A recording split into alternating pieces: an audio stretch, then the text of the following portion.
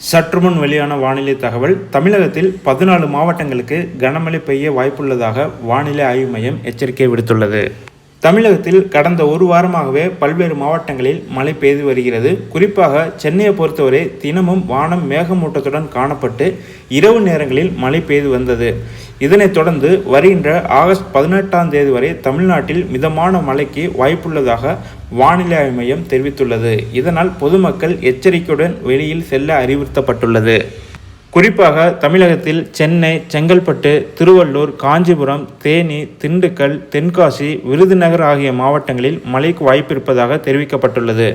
மத்திய மேற்கு மற்றும் அதனை ஒட்டியுள்ள வடமேற்கு வங்கக்கடல் பகுதிகளில் வடக்கு ஆந்திரா, தெற்கு ஒரிசா கடலோர பகுதிகளுக்கு அப்பால் ஒரு காற்றழுத்த தாழ்வு பகுதி உருவாகி இருக்கிறது. இது அடுத்த 24 மணி நேரத்தில் மேற்கு வடமேற்கு திசையில் நகர்ந்து ஆழ்ந்த காற்றழுத்த தாழ்வு பகுதியாக வலுவடைந்து வடக்கு ஆந்திரா, தெற்கு ஒரிசா பகுதிகளில் கடக்கக்கூடும்.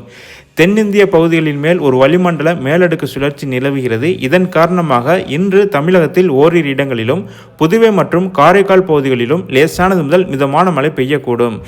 அதன்படி கோவை, நீலகிரி, திருப்பூர், தேனி, திண்டுக்கல், தென்காசி, விருதுநகர், திருநெல்வேலி மற்றும் கன்னியாகுமரி ஆகிய மாவட்டங்களில் லேசானது முதல் மிதமான மழை பெய்ய வாய்ப்புள்ளது. அதேபோல் திருவள்ளூர், சென்னை, காஞ்சிபுரம், ராணிப்பேட்டை மற்றும் செங்கல்பட்டு ஆகிய மாவட்டங்களில் லேசான மழை பெய்ய வாய்ப்புள்ளது என்று வானிலை ஆய்வு மையம் தரப்பில் தெரிவிக்கப்பட்டுள்ளது.